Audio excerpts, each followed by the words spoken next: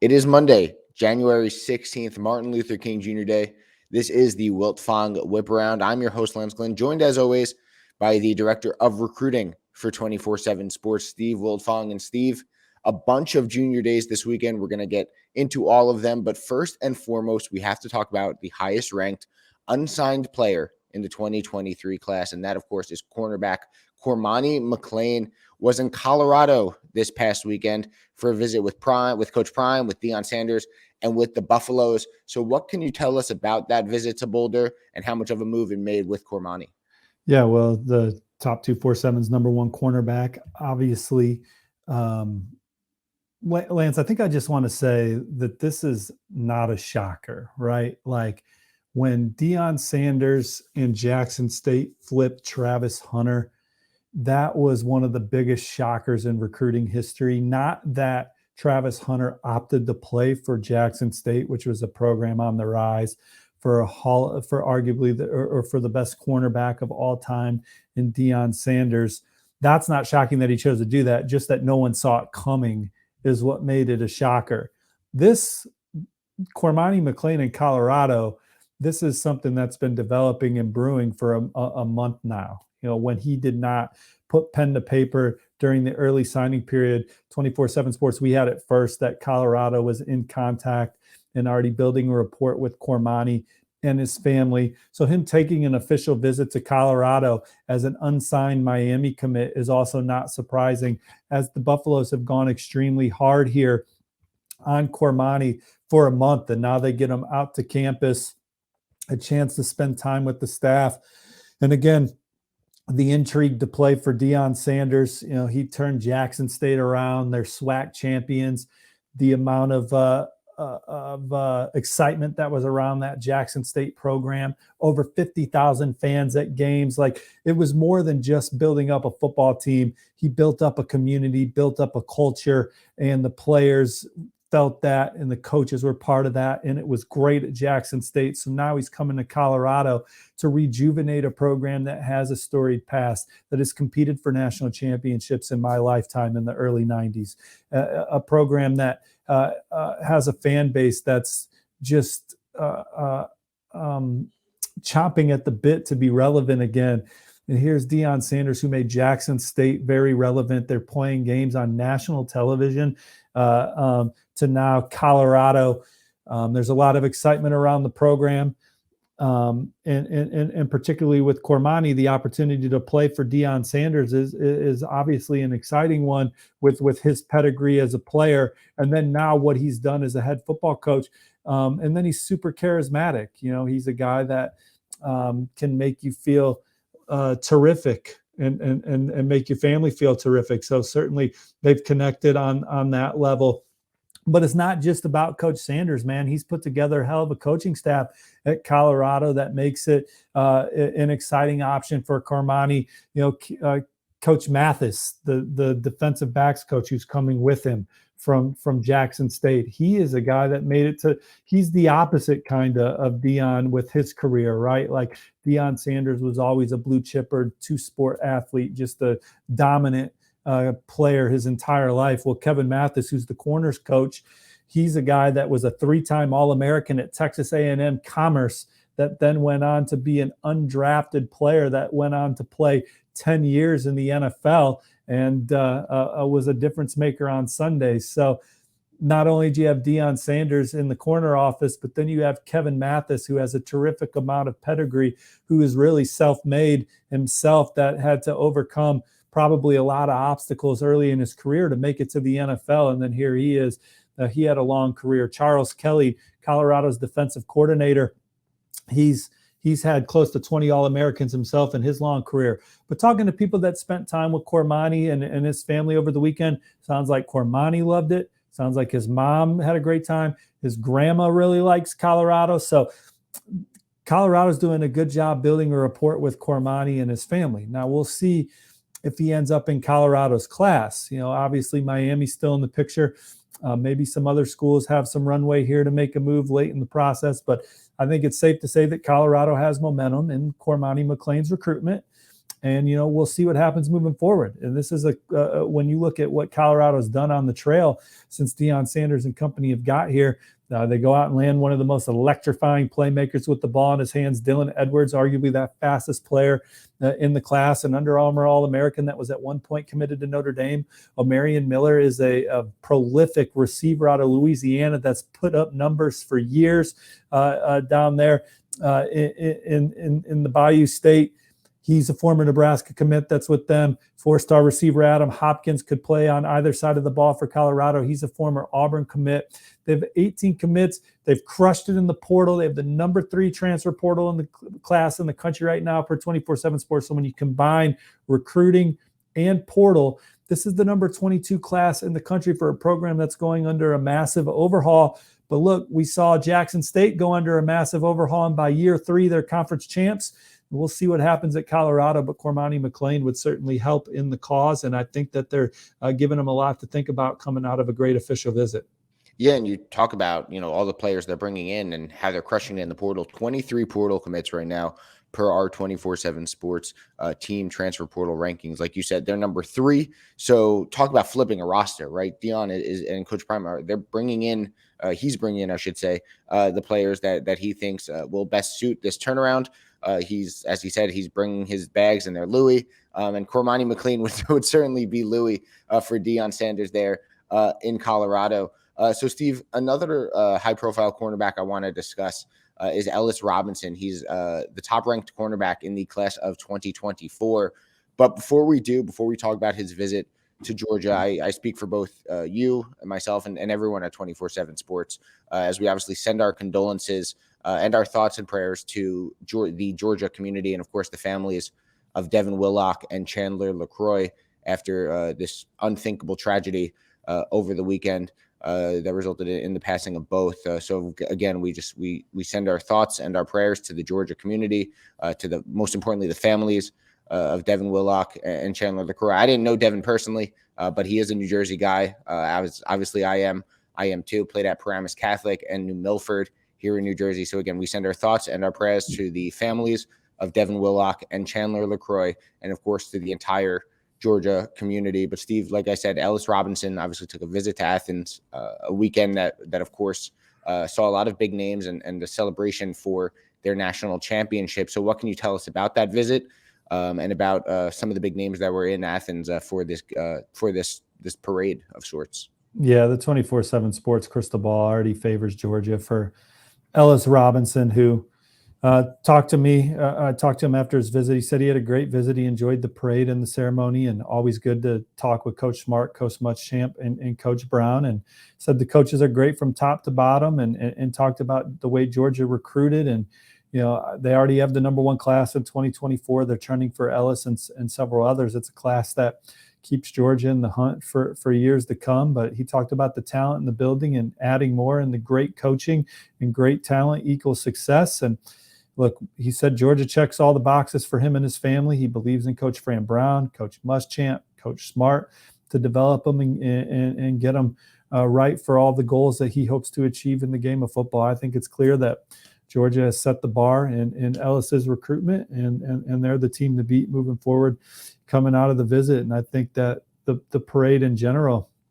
talked to a lot of the Georgia commits that attended the parade, and Nye Carr, top 247 receiver, said he's ready to get after it and win more natties. Quarterback Ryan Puglisi loved his experience in Athens and says he can't wait to put on the red and black in a year. Peyton Woodyard, fresh off his commitment at the All-America Bowl out of Bellflower, St. John Bosco, got a chance to hang out with Kirby Smart before the parade, said that meant a lot to him. And he just thinks that Georgia just really takes care of him and his family. But Kobe White was there, had a great trip. Colin Simmons, the number 1 edge rusher in the country.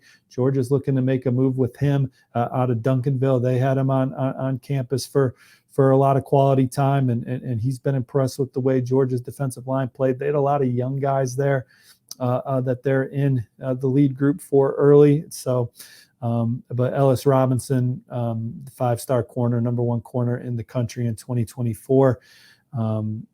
I don't know if his recruitment is going to be quite as exciting as the number one corner in 2023 here down the stretch, because I think he has a good idea. He likes Alabama, he likes LSU, he likes Miami. He also likes Colorado. But I think those four schools are chasing Georgia right now. Yeah, the Bulldogs certainly from the get-go have seemed to be in the lead for Ellis Robinson, and of course, I'm sure they made another impact as he took in the championship celebration this past weekend. But again, for all of us at 24/7 Sports, we do send our thoughts and prayers to the whole Georgia community, as well as most importantly the families, of course, of Devin Willock and Chandler LaCroix. But Steve, let's now head over to Tallahassee, Florida, as Charles Lester, another high-profile cornerback in the 2024 class, was there taking in the Noles. He visited with Mike Norvell. He visited with Florida State. What can you tell us about Charles Lester's recruitment, as well as his past visit this weekend to Tallahassee to check out Florida State?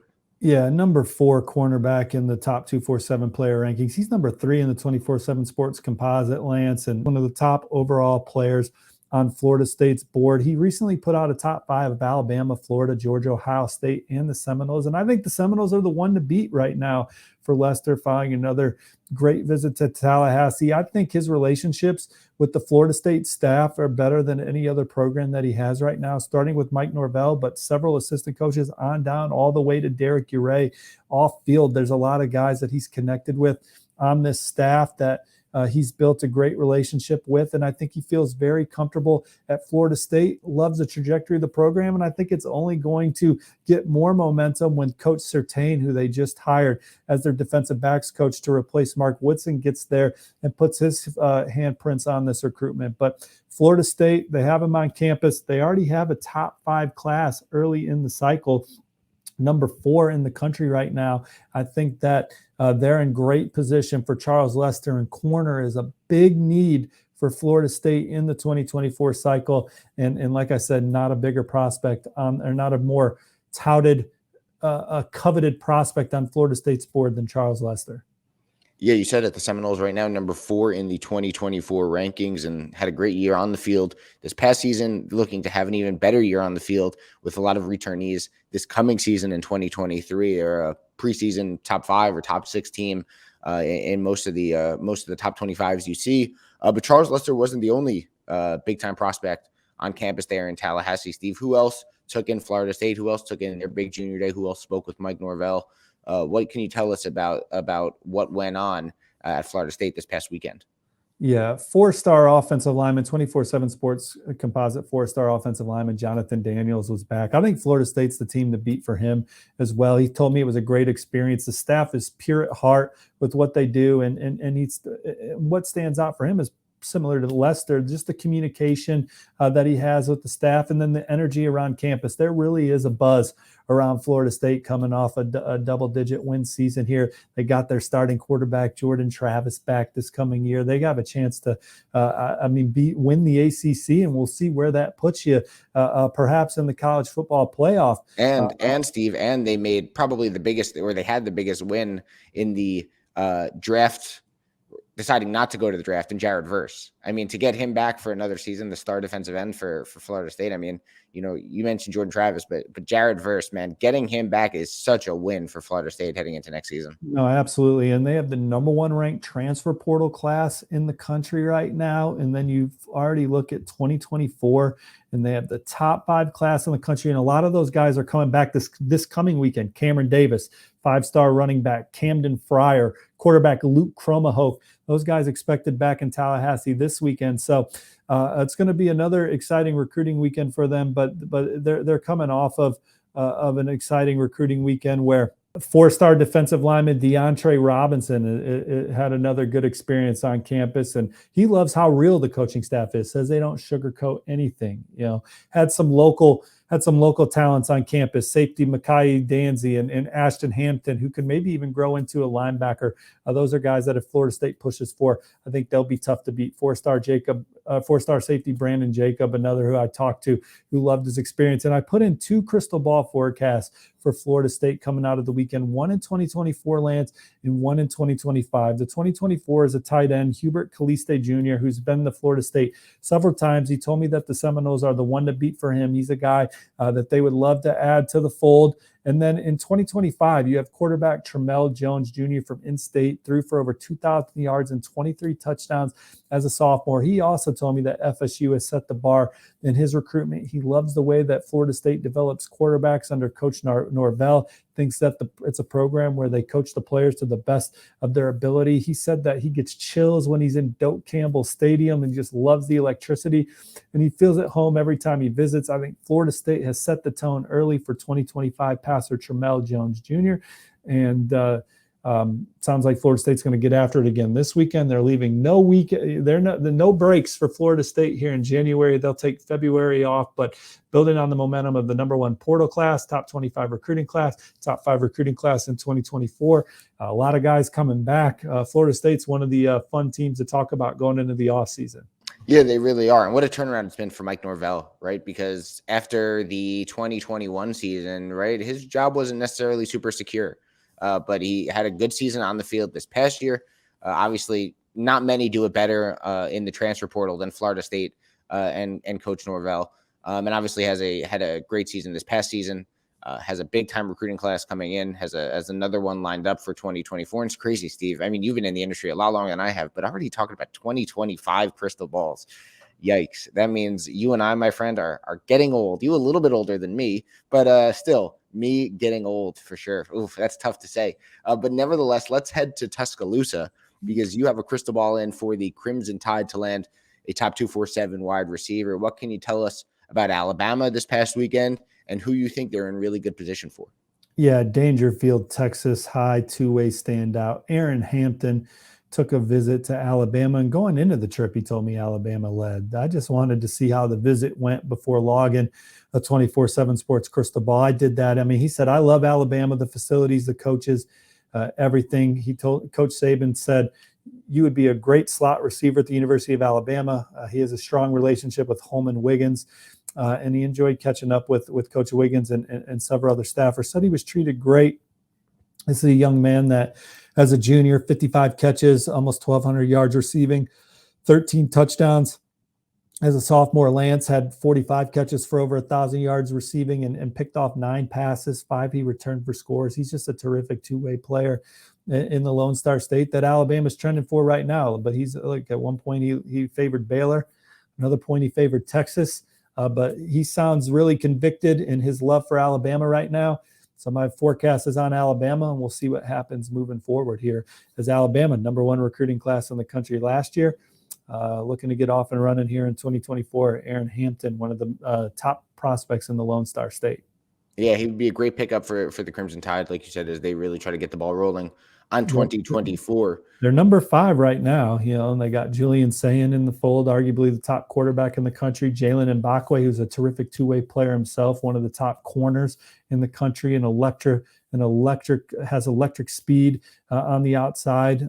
Sterling Dixon had a big junior season as a pass rusher for Mobile Christian. Perry Thompson's a in-state receiver that they have in the fold who's already looks physically ready to help Alabama right now with another year of high school football. So this is a class that's off and running for them, top 5 early on and trending for some other blue chippers now. Yeah, it's a big class for Alabama, obviously, and they frankly have big classes every single season.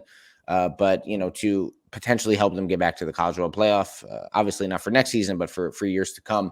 So let's stay in the SEC and let's head to Knoxville as Tennessee hosted a trio really of 5-star prospects, as well as many others, to check out Rocky Top. What can you tell us about the visit weekend that Josh Heupel put together and some of the big prospects that were on there to see the Big Orange? Yeah, a lot of great energy in Knoxville this weekend. Spoke to a lot of the elite players that were on campus. Ryan Wingo's a 5-star receiver from St. Louis, who I already have predicted to Tennessee. Talked to his dad. Said that the kids were having a great time and that the coaches make it feel like home. The number 1 defensive lineman in the 24/7 Sports rankings in 2024, Williams Nwaneri, said Tennessee was one of the programs recruiting him the hardest coming into the visit. He had a fantastic trip where he stayed overnight and got a lot of great time with the staff. Mike Matthews is the number 1 ranked number 1 ranked athlete in the country, could play offense or defense on the next level. He had a fantastic trip. Talked to him and his mom. His mom said that it could be a fit for her son. It's a place that they were there for the win over Alabama, so they got to see the tremendous atmosphere inside Neyland Stadium, and now they were able to come back. And his mom talked about the culture being welcoming and real. She talked about the energy, like so many other people did, and how they genuinely care about their players and their welfare off the field. The community support of Tennessee really stood out to Mike Matthews and his family. Facilities were top notch that they're expanding upon, and the football program is evolving. Look, we kind of talked about this on the recruiting show, Lance. This is the first time that like Tennessee isn't selling where we're going. Yeah, they're selling where they are. Right? They finally have some substance. They win 11 games. They win the Orange Bowl. I think this was their best season since 2001. So no more promises, no more projections, no more, hey, this is what we're going to be, because a lot of people said that for 2 decades there. Josh Heupel finally can say we're in the hunt. We got a chance to win the national championship. You could be the guy to help us get over the hump, because we were right there this year in the hunt, ranked number 1 in the country at one point, right? So Josh Heupel has got Tennessee has now arrived. They're trying to stay for a while. Number 9 recruiting class last year, going to be a top 10 class this year, I suspect. This junior day had a lot to do with that. Some other big time guys that they certainly impressed. Boo Carter, Marcus Gorey from in-state, 4-star athletes that project in the secondary for Tennessee. Jeremiah McClellan's another top 247 receiver from St. Louis that liked it a lot. So did 4-star athlete J.J. Harrell from Mississippi. I think that they're in great spot for top 247 edge rusher Jordan Ross out of Vestavia Hills in Birmingham, Alabama. 2025's like quarterback Cutter Boley said it was his best visit yet. So that's a junior day where they're not going to put up a 0 when all said and done. So I expect a lot of those guys to ultimately be in the fold for Tennessee. Yeah, gone is the need to sell hope. Gone, like you said, is the need to sell the future. They can now sell the present. Obviously, this junior day will go a long way in making that present a great future. And what's so interesting is that anytime we talk a Tennessee prospect, right, what always seems to come up is that win over Alabama and the impact that it made and the atmosphere and everything it did for these recruits to help sway them one way or the other. And it seems like that win over Alabama this past year, I think it was 52-49, if I remember correctly, a game-winning field goal for Tennessee. What that win did, I think, goalpost going to the river. Goalpost going into the river. What it did is it really helped set up Tennessee to maintain this level of performance and maintain this level of recruiting on the field. Because when you have a win like that with all the big-time recruits that were there in 2023, 2024, 2025, whatever it may be, it not only helps you obviously on the field gain that notoriety, gain that respect, but it just helps you maintain that level for years and years and years to come. And I think that's kind of where Tennessee has faltered over the past decade or so. They'll have highs, but then those highs will quickly turn into lows. It seems like Josh Heupel, helped by that win over Alabama this past year, will be at a high and then remain at a high in years to come. And I think if you're a Tennessee fan, I mean, what more can you ask for after the last, what has it been, 2 or so, maybe 3 decades since Tennessee? I mean, for most of my life, Steve, Tennessee football has been pretty irrelevant. Granted, I'm only 26 years old, but you know, they've haven't been at the level of Alabama. I mean, maybe when I was young in 1997, 1998, sure, but I was 2 years old at that point. Now I'm, 26, and this is the first time that Tennessee has really been back. So it seems like that win over Alabama, and of course the success, the 11-win season they had this past year, will help them not only get to this high, but maintain this high instead of dropping to a low like we've seen in past years in Knoxville. Let's head back north, I should say, to Happy Valley. Penn State had a big weekend as well. We talked about them with Tyler Calvaruso on the 24/7 Sport, on the college football recruiting show, I should say, on Thursday's episode. A good weekend for Penn State, a good weekend for the Nittany Lions as they look to get this 2024 class rolling right now. Only one commit in 4-star offensive lineman Cooper Cousins. So what can you tell us about who was on campus for their junior day and the impact Penn State was able to make in the recruitments? Yeah, Penn State, like Tennessee, they're trying to take another step forward, Lance. They went 11-2. They win the Rose Bowl. They had a lot of impact true freshmen this past year that they're excited about, that they think can help get them over the hump. Maybe they have the best running back room in college football next year. Drew Allers was our top-ranked quarterback that we certainly believe in could be the best quarterback that James Franklin's had under center. They've got some really nice young talent on the offensive line. But there was a lot of excitement around this junior day because of the season that they had. They're already trending on the 24/7 Sports Crystal Ball for Anthony Specca, an in-state linebacker. Our colleague Brian Doan has predicted Penn State for him following another visit to campus. But I think they could land a lot of these other guys that were there too. 4-star receiver Chance Wiggins had a great visit. Top 247 receiver Keelan Adams is another, both from the state of Virginia. Both have Penn State extremely high on their list. Bergen Catholic 4-star athlete Kaj Sanders. He's a guy that was back on campus and said this was his best visit at Penn State so far. I think that they're in terrific position for him. Cornerback Noah Jenkins is certainly Penn State's in the lead group for him as well. Blake Frazier's an offensive lineman from the Lone Star State that came up to Penn State. Wasn't really sure what he was expecting, but I think he came up there and found out that Penn State has some of the best fans in college football. And the Penn State coaching staff from James Franklin on down, they really do a good job of building genuine relationships with kids. And that's why they were able to get kids from Texas and Georgia and stuff on campus this weekend for the first junior day of the year. And I think it's going to pay dividends for them down the road. Yeah, and Penn State is one of those places in college football where you really need to see it to believe it, right? I'm about 4.5 hours away from Penn State, and the drive from me to State College is a whole bunch of nothing on both sides of you. It's a whole bunch of Pennsylvania farmlands on both sides. But then when you get into State College, when you get into Happy Valley, it like opens up. It's not a big city. Don't get me wrong. I'm not saying State College is this huge, metropolis, but you see Beaver Stadium. You see the city of State College, you see all the students, you see the 107,000, right? Like you really have to be there to believe it. And once you're there, sure, you can hear all about it. You can watch the whiteout on TV. You can watch this, you can watch that. You can watch Ohio State come in. You can watch Michigan come in, but you really have to get there for a game. You really have to get there to really experience what Penn State is. And once you're there, it really is one of the premier locations for college football. I don't know if you've ever been there, Steve, but it certainly should be on the bucket list for any college football fan. I've been lucky enough to go to a game. Granted, it wasn't the whiteout or anything, but I've been lucky enough to go to a game. And it really is one of the premier locations to watch college football. Let's talk about one more crystal ball you put in. Let's stay up north, but let's head a little bit west to South Bend, Indiana for Notre Dame. You put in a crystal ball for an in-state offensive lineman. What's the latest on that? Yeah, Styles Prescott was an official visitor, he was a visitor at Notre Dame this weekend for junior day.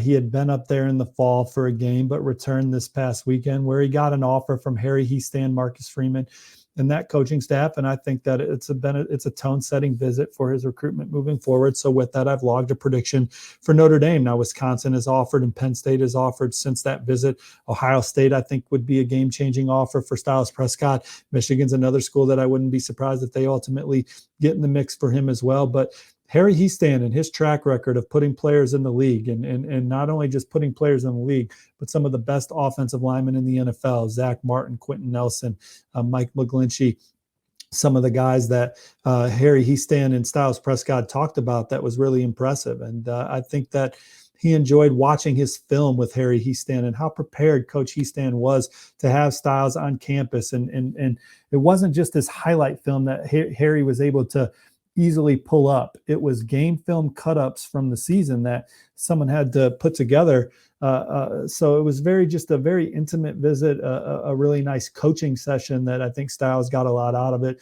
Loves the young energy that Marcus Freeman is bringing from that corner office at Notre Dame. And him being a player not too long ago at Ohio State. And then Notre Dame's education and campus size, I also think speaks to Styles Prescott for Notre Dame being such the prestige and everybody knows Notre Dame, right? Nationally, it's actually a small school with small student number where if you take a class, you actually probably know your other classmates that are in class with you. It has an intimate feel at Notre Dame. And I think that really resonated with Styles Prescott as well. Other crystal balls for flying in from Notre Dame this weekend. My colleagues, Tom Loy and Kevin Sinclair, crystal balling Bryce Young to Notre Dame.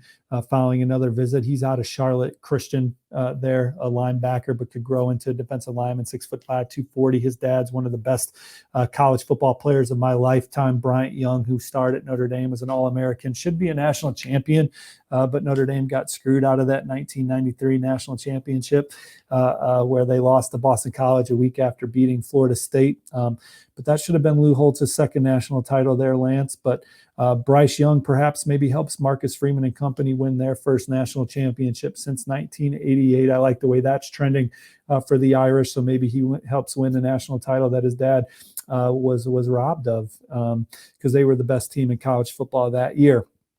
Couple other things, Lance, before we put a bow on this show. Michigan, they're trying to win a national championship for the first time since Charles Woodson and those guys were there. And they hosted a couple key prospects this weekend. Bryce West is a 5-star corner from Glenville. Had a Michigan subscriber ask me if Michigan has a chance here or if he's all Ohio State. And obviously Ohio State's had a great history of recruiting Glenville, but Bryce West has been to Michigan a ton of times. They've also, Frank Clark was a Glenville standout that went on to have a great career at Michigan. But Bryce West has really clicked with Coach Clinkscale. Him and his family always enjoy the time on campus. They're building a stronger bond, got to eat with everybody, got to take in a basketball game. He said Michigan's in a great spot for him. We'll see what happens. And then Jacob Oden is a 4-star, top 247 recruit from Harper Woods. His dad's one of the top high school football coaches in the Midwest. His dad went to Michigan. Jacob Oden's no stranger to Michigan. He's going through his own process, is approaching 40 offers.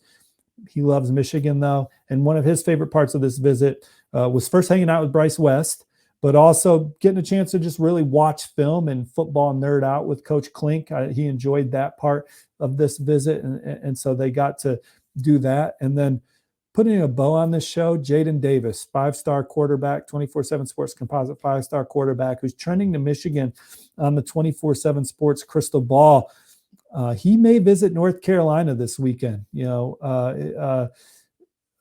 not locked in yet, but I think it's trending that way, that he'll be back in Chapel Hill, get a chance to spend time with new offensive coordinator Chip Lindsey. Mac Brown has legendary status with them. He's great friends. That family's great friends with the May family, Drake May.